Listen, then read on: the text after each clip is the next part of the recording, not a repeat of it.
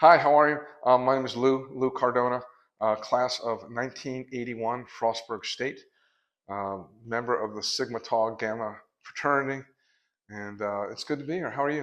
I'm very well, thank you. And we've had lots of sick pause today, Okay. and I was close with them when I was in college, Oh, so I'm wait. anxious to hear about your Oh, okay. experience. Yeah. Yeah. Well, it came here in spring '78, and it was the first thing that I really remember was the brutality of the weather. And when we got here, I drove up here. Um, Innocent in the rain up from LaVale and coming up the mountain from LaVale, everything froze. And my car was frozen in place for 2 weeks. So um, it was significant snow. And I pledged during the perhaps one of the most brutal winters ever. And marching around, trudging around in the deep, cold snow was a experience in rugged adventure and adversity. So it's very, very difficult and challenging to be a student in spring of '78, and it was rough. Where are you from originally? Warmer weather? Yeah, well, grew up in Montgomery County, so and New York City originally, but we had our nice little house in Potomac, and I came up to Frostburg and got frozen out in Frostburg, frozen and cold. And it was an adventure in overcoming adversity. So it's quite the ordeal. And then pledging, we were brutalized. So we were deprived of sleep. We had to carry bricks all around campus, and if we didn't behave properly, we'd have to protect our bricks. And the brothers would steal the bricks, and they would break the bricks into pieces. So you might have to walk around with crumbs of 5 bricks. So at the time, they were building the administrative building here.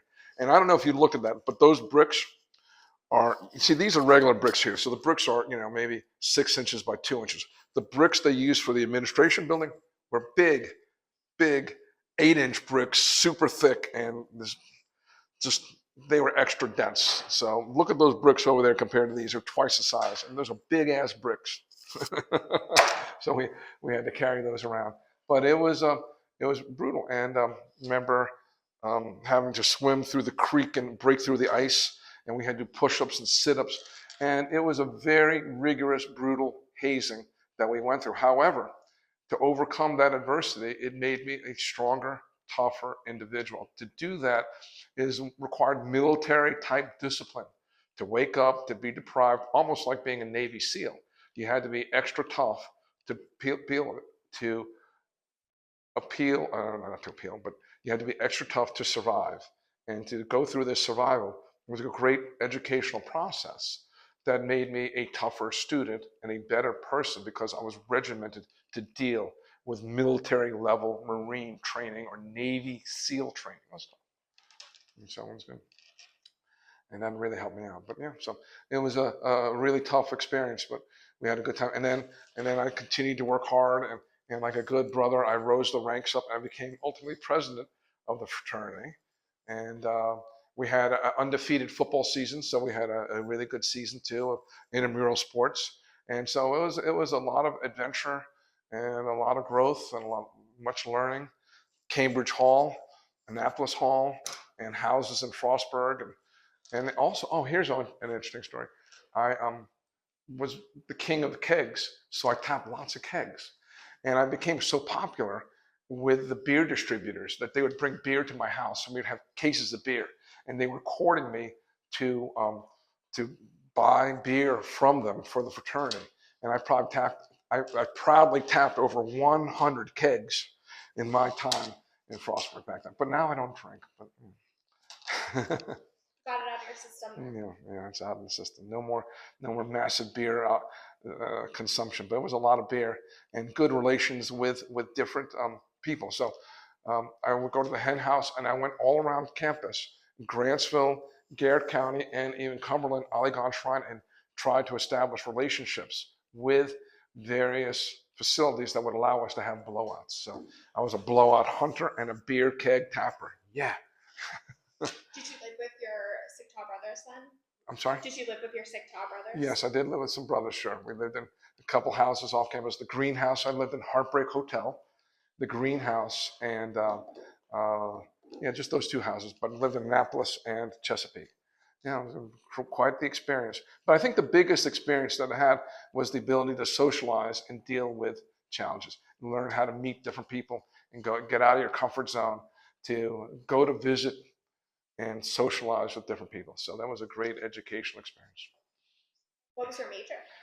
It was women, recreation, and business. So that was good, yeah. And back then it was the big deal to try to obtain the Snake of the Year award. That was a prestigious award for the fraternity. So I attempted to become Snake of the Year, but I never attained that higher rank. But it's kind of close.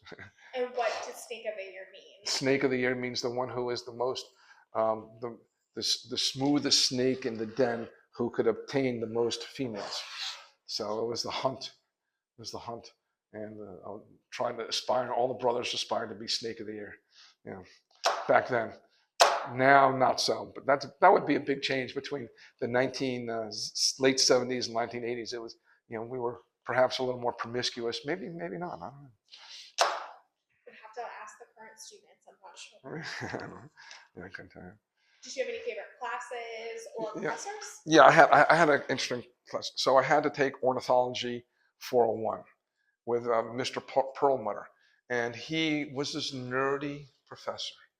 And he had big glasses and a white suit and kind of waddled around. And I looked at him and I said, it was annoying. He was annoying. He was passionate. And I couldn't stand the class. Dr. Perlmutter was kind of an insane, quirky professor. And I didn't like the class, and I didn't like him. But I went to Florida with him because I was trying to escape Frostburg cold. I was done with Frostburg cold. So I said, field trip to Florida, yes. And I took this class, and we went to Central Florida, and we studied the ornithology there. And I learned so much about ornithology. I became a big fan, and it turned out to be the best class. So Ornithology 401, I guess it was, or 301, was the most incredible class ever. So it went from being the worst class to being the best academic experience. And I learned about birds, and I'm still a passionate birder and always looking to observe the world and look through the world through Dr. Perlmutter and the experiences that he taught me about ornithology. So it was fantastic. Great class. But it's funny because at first I hated the class, and then I loved it. So something for experiential learning. You just had to get out there and do it. Right. And at first he didn't like it, didn't want to do it. But then you learned out that it was actually very worthwhile, and I learned a lot. And also I carry those lessons to this day. We may not always like the classes or the things we have to do, but if we can turn these things into positive events, then we're better people. So I think that learning how to deal with what you think are negative consequences and turn it into positive consequences is a critical life skill that was learned here in FSU. Yeah.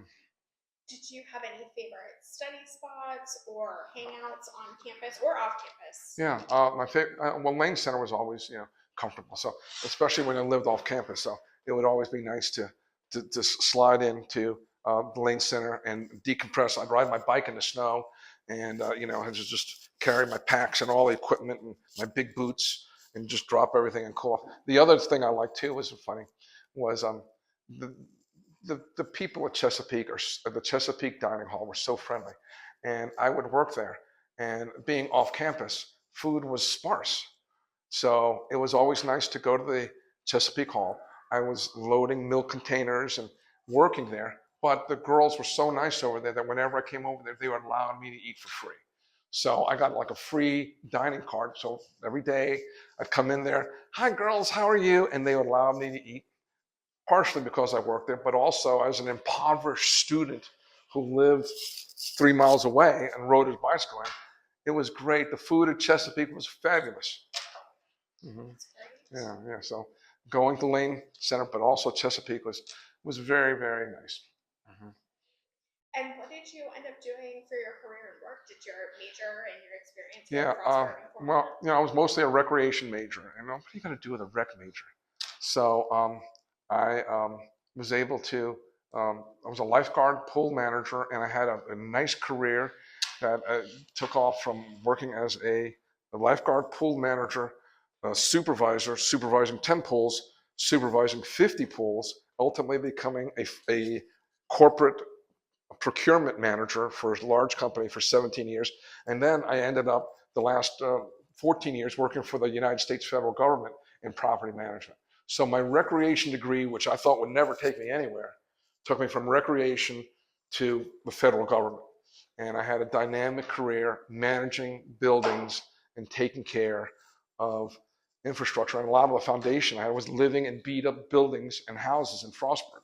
Some of those houses in Frostburg are still pretty rough, So, I learned how to manage and maintain and build buildings and become a really good property manager. So I learned that roots here in the adversities of Frostburg. Is there anything else that you want to share with us about your experiences? I just think it's interesting, as we said earlier, coming in as an impoverished student and not having any money and always being broke, always being hungry, and was a challenge. But I was young and beautiful. Now I'm older and not as beautiful, but it's nice to have money in the bank after my federal retirement. So I'm very blessed. It's good to be here. It's good to try to add to the Frostburg economy, and I'm enjoying our stay here and reinvesting into the community. Well, thank you so much for sharing with us today. You're welcome. Thank you for having me.